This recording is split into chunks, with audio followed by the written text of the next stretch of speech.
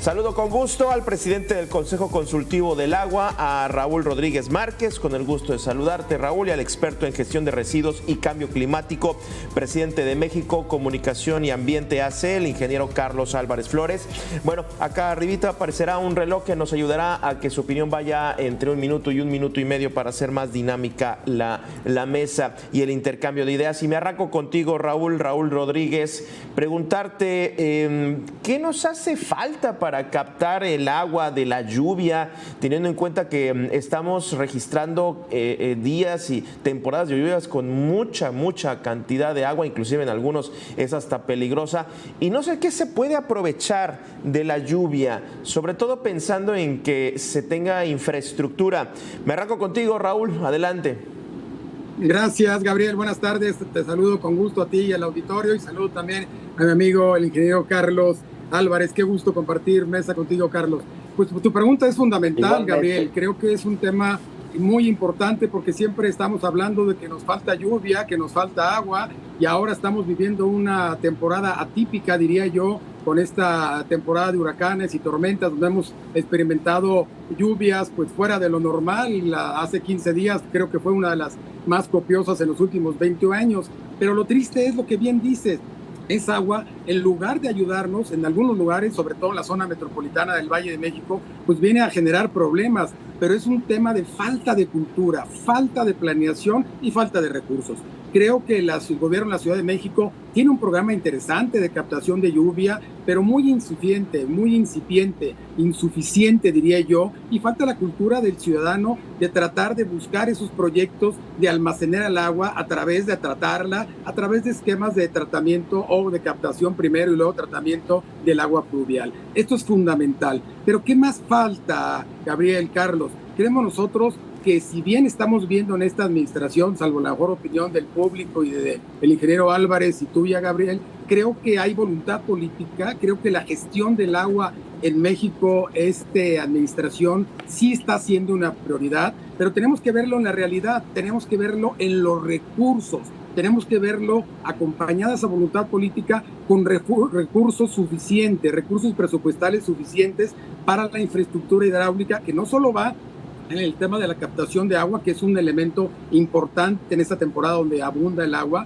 pero recordemos que en un entorno de cambio climático viene la temporada de sequía, que no hace mucho el 80% de nuestro territorio nacional estaba experimentando un grado de sequía, de acuerdo al monitor de sequía de Conagua. Ese fenómeno se va a volver a presentar. Entonces necesitamos mayor inversión de parte de recursos públicos, una mayor planeación, una certeza jurídica y sobre todo, Gabriel, Carlos, el ver qué otros países en qué están haciendo bien, el benchmarking que le llaman, las experiencias y las mejores prácticas para aplicarlas en México. El tema del tratamiento, el tema del reuso, el tema de la recuperación responsable, el tema de la tecnificación del campo, Gabriel. No veo el reloj, pero creo que por ahí vamos en el tiempo.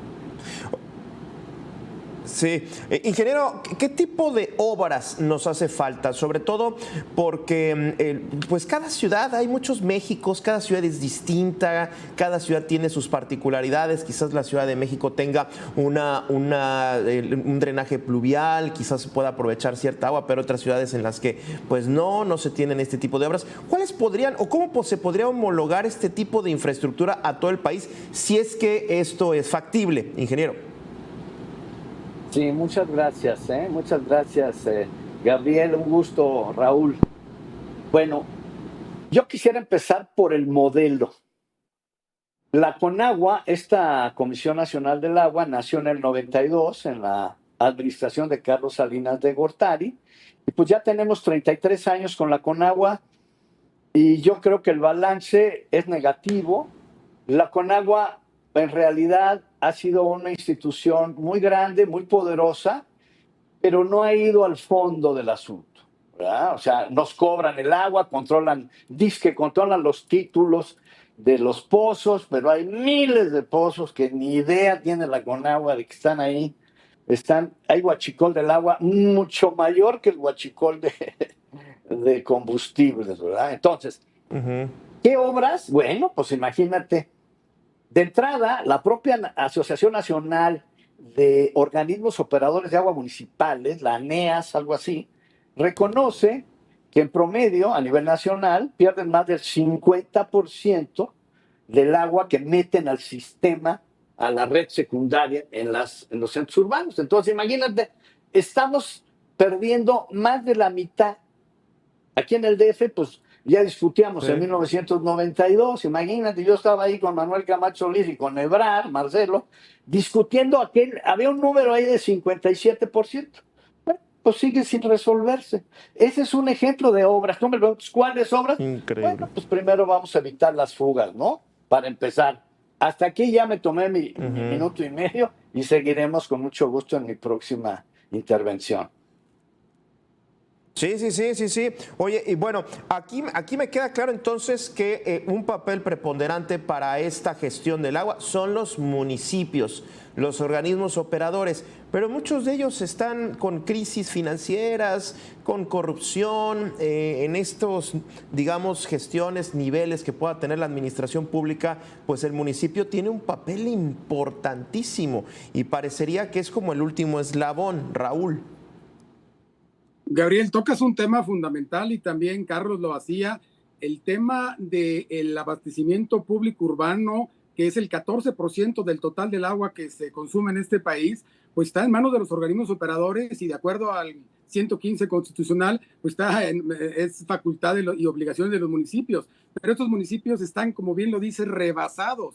El 97% de los organismos operadores, de acuerdo a ANEAS, pues tienen problemas financieros muy serios. Y el problema es que es un círculo vicioso en el que hay que romperlo. ¿Por qué? Porque primero los organismos operadores son nombrados desde el municipio que duran 3 años. Llega el presidente municipal, nombra al titular del organismo operador, que normalmente no es el más apto, no es el que tiene el profesionalismo que se requiere, no es el perfil que se requiere, normalmente es su amigo. Después vemos que el organismo operador, pues tristemente, y hay que decirlo, es la caja chica de los municipios. Y por otro lado, no hacen bien su trabajo en el tema del cobro y la recuperación. Entonces, ese círculo vicioso hay que romperlo, porque aparte, increíble, en esos 3 años, pues la curva de aprendizaje es muy rápida.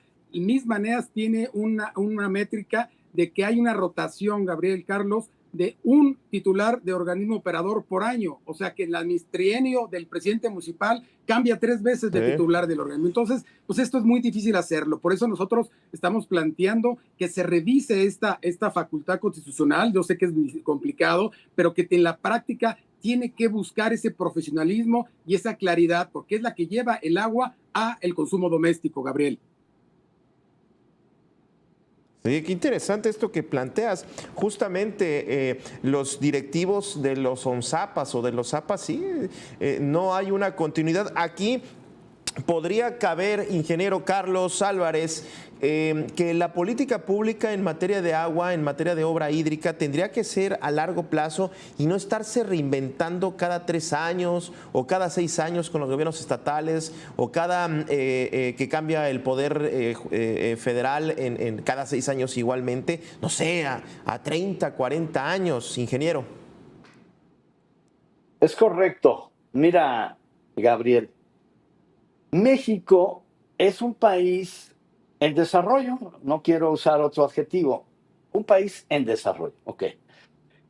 Pero su sistema, el acuerdo político, jurídico, administrativo, a mí no me gusta.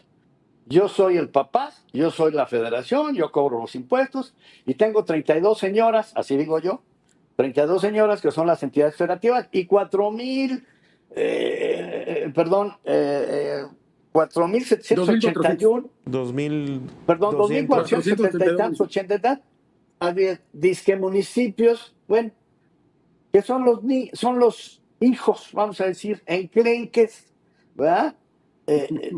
La parte más débil del acuerdo es el municipio y es el que tiene 2 grandes responsabilidades: el agua y los residuos sólidos urbanos. Y no cumple con ninguna de las 2. Entonces yo digo, ¿y por qué nos tenemos que conformar? Que porque el 115, bueno, pues yo no sé quién fue el que dijo que el 115. Así como lo pusieron, lo podemos quitar. El modelo de Conagua arriba, ¿verdad? Y esas comisiones estatales de agua que yo no sé qué hacen, Y los organismos operadores pues ya demostraron en 33 años que no funcionan.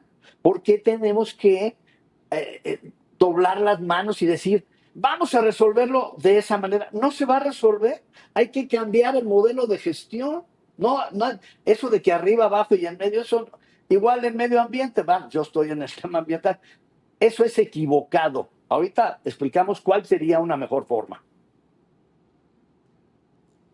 Ok, muy bien. Esto me lleva a poner en la mesa, justamente siguiendo esta discusión o esto de la manera en que se está dividiendo las gestiones o la gestión pública del agua, ¿qué tanto puede aguantar que este modelo siga así, teniendo en cuenta que la gran mayoría de los estados de la República tienen un déficit en cuanto a consumo? Y llámese el público urbano, el del agropecuario, el industrial, o sea, para cualquiera nos hace falta agua y no se está recuperando esa agua que estamos consumiendo. O sea, sí tenemos tiempo, teniendo en cuenta la alerta que llama la ONU sobre que ya estamos a 5 años de que esto ya sea una verdadera crisis. Yo creo que inclusive vamos a empezar a reaccionar cuando ya de plano nos salga polvo de la llave del agua, Raúl.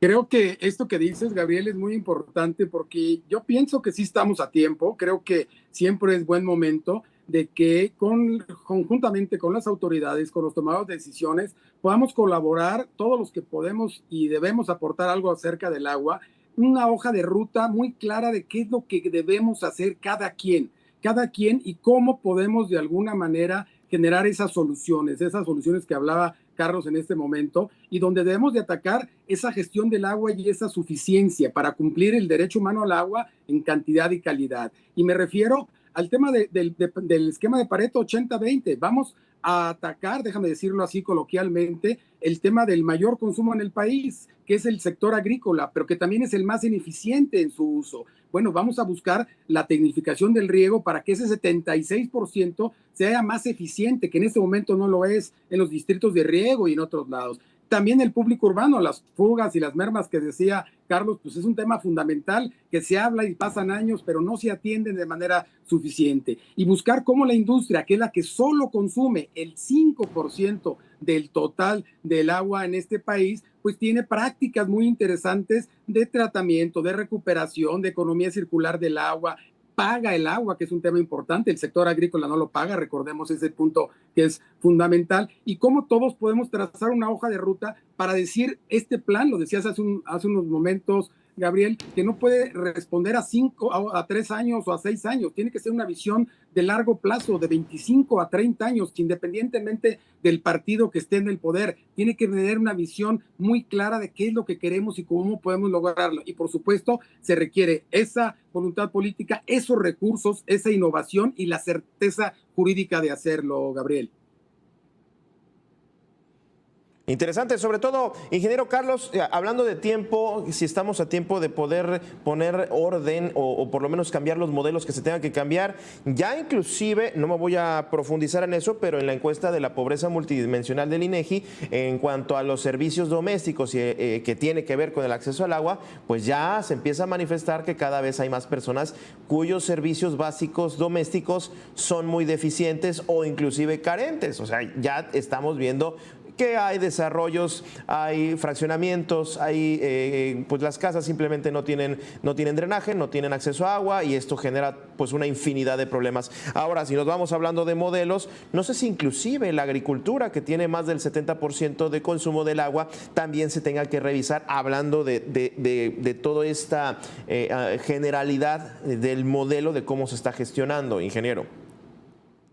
Sí, mira, ya se ha discutido, bueno, yo tengo 40 años discutiendo el tema, ¿verdad?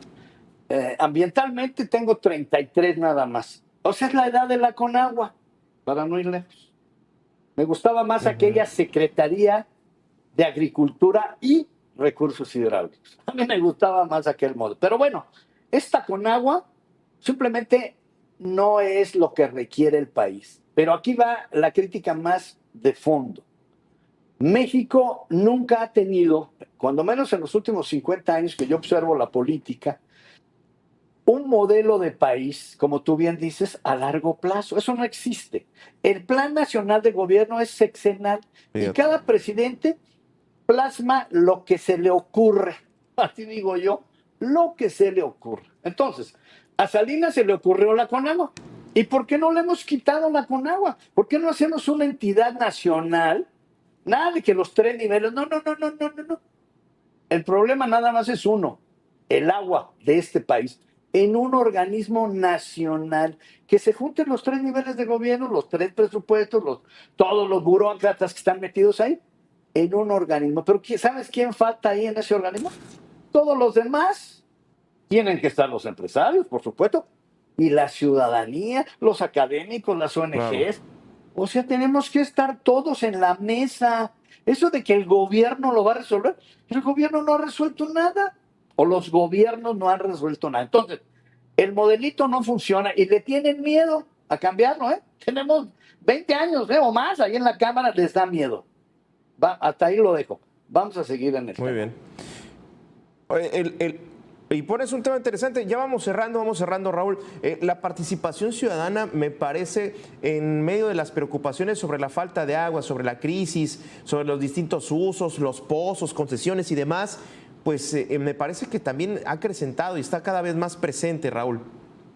Sin duda, creo que es un factor fundamental y ustedes, Gabriel, los medios de comunicación juegan un rol muy importante, el generar esa conciencia ciudadana, en donde todos tenemos un rol que decía en esta hoja de ruta y el ciudadano, como bien dice Carlos, pues es muy importante. El ciudadano tiene que tener esa conciencia del uso y la cultura del cuidado del agua. Y una parte importante es, como dicen por ahí, para poder resolver un problema, pues primero hay que reconocer que lo tenemos. Y nosotros estamos hablando que tenemos un problema en nuestro país, en el mundo. En el mundo hay 8,000 millones de habitantes y 2,000 no tienen acceso al agua. En México, cifras más, cifras menos, podemos estar o no de acuerdo, entre 10 y 15 millones de mexicanos no tienen acceso al agua directo y al saneamiento. Entonces, tiene que hacerse algo en ese aspecto y la ciudadanía tenemos que exigir, proponer modelos más eficientes para un tema fundamental, que desde el Consejo Cultivo del Agua creemos nosotros que la agenda de riesgos del país, después, Gabriel, del tema de inseguridad, el tema más importante en la agenda de riesgos es el agua en México. Mira. Bueno, ingeniero Carlos, tienes 30 segundos para tu conclusión y poder concluir este programa. Adelante, 30 segundos, ingeniero. Yo creo que lo más importante es que copiemos de Europa. No, no están tan mal los Estados Unidos, pero Europa tiene un modelo donde está en esa mesa. En esa instancia tenemos que estar todos. El Consejo Consultivo del Agua es un organismo muy importante, pero que yo sepa, no se sienta ni con el presidente de la República, ni con el secretario de Hacienda, ni siquiera con el director de la Conagua en turno. O sea, ¿de qué sirve que nos organicemos todos si finalmente el pueblo no participamos todos los sectores? De manera que mi conclusión es esa, el modelo no sirve en tanto no estemos todos sentados en esa mesa. Muy bien. Y bueno, pues ahí está Raúl. Carlos, muchísimas gracias por haber estado con nosotros esta tarde. Muy interesante este tema. Le invito a que se quede en Mega Noticias. Con permiso, buenas tardes.